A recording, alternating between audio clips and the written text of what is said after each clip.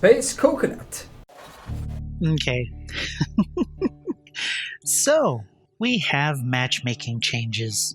And already there are a lot of people who are freaking out about this. And I bet you're thinking that I'm going to be like, oh man, how can those devs be so stupid to try and do this thing? Blah, blah, blah. Things and reasons. We already have. We have a couple of. Okay, Interact and Scott Jund already, condemned the idea. Here's the thing about this change. The people who don't like Dead by Daylight becoming kind of a competitive game are going to be very nervous about this change. This change is going to be... It's not going to be as controversial as the Ruin nerf, but this is going to be a big deal. A lot of people are telling you that it's going to be impossible to balance or create a system that can accurately measure skill according to different things.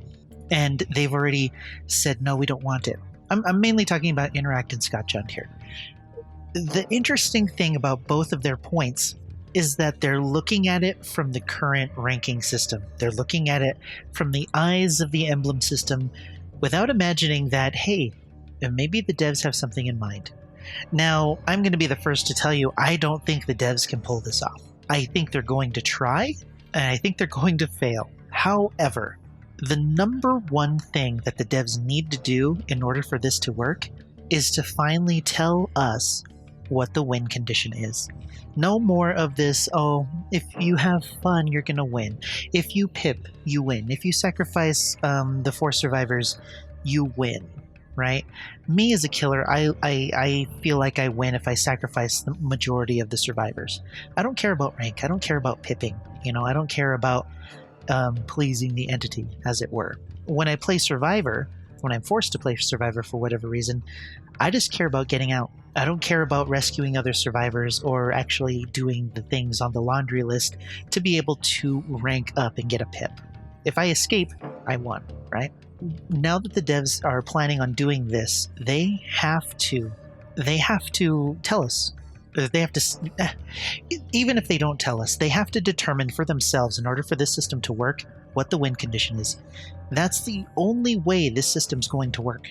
Now, whatever they choose to do, right? If they do that, they can make a system that's going to work. In this regard, I'm actually excited about the changes. If they can create a system that measures skill, it's going to change the game. It's going to change it by a lot. Whether it's a good change or a bad change, I don't know. It's going to depend completely on what they decide to do and how they decide to implement it. In March of last year, I made a video talking about ranking by skill, and it's not very well done. I'm not as energetic in that video as I am right now. But basically, what I do is I focus on the win condition for the killer. I don't worry about the survivor since they have a completely different set of goals. This is an asymmetrical game, so each side can't have similar goals. They have to be different. Additionally, we want to stay away from the tug of war sort of thing that we've been that the emblem system currently has. The killer, if they prevent the gens from being done, do well in Gatekeeper. Survivors have Lightkeeper and they do well according to how many gens they get done. So those two, while they're opposing, they're the same type of goal, but because they pull away from the other side, it's not dictated by skill. It's not dictated. It's not controlled by the player's skill, particularly the killer. The killer can't stop all of the survivors from working on gens. The gens are going to get done, unless the survivors are extraordinarily bad or they just don't do gens on purpose. So these, in order to rank by skill, you have to take the killer's skill into consideration. We can go ahead and watch that video if you want, and it's still pretty... I basically have the same ideas about ranking by skill now as I did then, so check that video. I'll link it in the description. Let me know what you think. But in regards to what some of the other players have said, let's go over these. I'm going to pick this apart piece by piece and kind of talk about each section. He basically goes on a rant, but I think kind of in his blind rage, he didn't actually stop and think about the solutions to the problems that he was coming up with, so that's what we're going to do here. Right here. Going forward, we will use a hidden skill rating for matchmaking purposes. Your skill rating will increase when you do well and decrease when you do poorly. Already, the entire system is now flawed. You cannot determine what doing well and doing poorly in this game is unless a person is watching it, so the system is based on a premise that's impossible to define to begin with. While he has a point, this is why the devs need to define a win condition.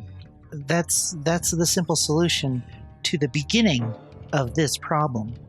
If they can define the win condition, they can determine whether somebody did well or they did poorly during the course of a match. Like, what killer are you to begin with? What add-ons did you bring? What map did you get? What perks do you have? What perks do the survivors have? Is this map bad for this killer? Did someone Kobe? Did you get bad map RNG? It's like, there are an infinite number of variables that result in the outcome of each match, and you can't account for all of them, or even most of them. Which is why you don't. There are things that the system can and can't do, and accounting for every variable in this kind of a game is impossible. So that's why you don't bother doing it that way. You don't look at the variables. You look at the goal. You look at what the win condition is, and then you determine in the course of a match, what does each side have to do to accomplish that goal? You're not a bad player because you got Blood Lodge with Wraith and everyone can just see you at all times. But maybe the system can see how well you do on that map. Maybe the system takes into account that map has a certain number of, an average number of, okay, maybe the system will understand that some maps are better for survivors and some maps are better for killers. Everybody already knows that Rotten Fields sucks for killer. If a killer reaches a certain threshold, maybe a certain threshold of downs or hooks or things like that, on a map like that, maybe that will account for their skill. Maybe the system can take that into account. It's built in. It could be built in. It could be designed to look at that. And then the system would say, hey, this Wraith did particularly well on a map that is regularly very poor for killers. We're going to give him a bit of extra, pointage on because of the map score. Something along those lines. You're not a bad survivor if you spawn in a dead zone with Billy that comes right at you and you have no defenses. Maybe the system takes that into account. Maybe it gives the killer a significant amount of points for that. Maybe it's luck, maybe it's whatever. It sucks, okay? But then the system is going to look at the survivor for the rest of the match. This survivor has a handicap. They were injured and hooked and whatever so far early in the match. No, that doesn't impact their skill, in the match, or their skill. It was just a bad thing, right? But their skill as a player is going to dictate how the rest of the match goes. It's not going to grade their entire rank. It's not going to tank their entire skill rank based on one particular instance in one match. With an automated MMR system like this, the game will simply draw the conclusion, though, without taking anything else into account. How do you even determine who is good at Survivor? Is an escape good? If so, just hide all game. Fuck your team. Get the hatch. You're now a god. Is altruism good? Well, what if the killer is like a face-camping Leatherface or something and you can't save in any way? Are you now bad at Survivor? What if the plague and you can't heal them? What if it's tied to how long the match goes? Well, then Billy just slugs for the 4K in 2 minutes. Now he's a bad player? What if I run Iridescent Head 200 games in a row? Am I now a godly huntress? Is this huntress being compared to an add-onless clown with the same system? You can't automatically define this stuff. It's impossible. What he's forgetting is that the system is going to take the entire match under consideration. If you're dealing, I forget the order, we can't go over all of that, but if you're dealing with a Bubba in a basement and you can't rescue the survivor, well, do generators, right? Generators is your primary objective. Rescuing your fellow survivors is kind of secondary. If there's nothing you can do, there's nothing you can do except do gens. Doing gens is going to give you points in a certain area. Maybe another survivor has been injured, trying to get the other survivor off, and you can heal that person. Maybe you can search for chests, whatever. He talks about if escaping is the goal, that a survivor is going to hide all game and then escape at the end. But he's forgetting that if the survivor does that, they're not going to be scoring in altruism. They're not going to be rescuing other survivors. They're not going to be working on generators. They're not going to be looking through chests or doing other things during the match. And the system is going to see that. You know, if the survivor doesn't do anything and escapes, they're going to get escape points, but they're not going to get a point. They're not going to get points for anything else. I mean, obviously, of course, we're going to hope that the devs decide to not focus on a particular area, but take the other main ingredients for a match into account. They're not going to focus on one thing. You know, you're not going to boil water and call it soup. You know, got to add in the other stuff too. The thing is, you can tell when a player is good. A person can spectate and know this killer is good, this survivor is good. A system cannot ever do that because it's impossible to code for every variable that actually happens. That's why you don't do it, and you don't have to. For example, like a good survivor might perfectly know the distance of a lunge and run through a pallet, baiting a swing, saving the pallet, and wasting the killer's time. A system is not going to be able to reliably record situations like that and assign a skill rating to the play that was just made. It doesn't have to. The killer swings and misses. The system can account for a swing that was taken and a swing that was missed. The survivor was in a chase with a killer and did not get hit. Those are two instances where points can be assigned. While the details of the swing and the miss are, it can't be accounted for, they're irrelevant. Because if a skilled survivor is going to be able to earn those missed swing things, there's even one where, they can keep track of, it's one of the achievements, whiffing to success. In public matches, cause the killer to miss an attack before taking a vault 50 times. If they can measure this as an achievement, why can't they do it in their new ranking system? There it is. And then they can assign a certain number of points to doing this because it's something that's pretty difficult to do and would require skill. You can't even determine how good a survivor is based on how long they last in a chase. What if a rank 20 meghead just uses every pallet on the map? She just straight up camps every single pallet. It doesn't sound like she's doing gens, does it? It also doesn't sound like she's rescuing anybody. Doesn't sound like a very skillful player, does it? The killer actually chases her for 3 minutes because they used every resource on the map. Now nobody else has anything, but that Meg technically will last longer in chases because she used all the pallets. Does that mean now all the other survivors are now bad all of a sudden? No. I mean, they were doing gens, right? Some of them probably opened up the gates. There's also scoring events tied to that. They're doing the primary objective while Meg is not. Don't you think that the primary objective would have more weight to its skill score versus the chases? There's something to think about, right?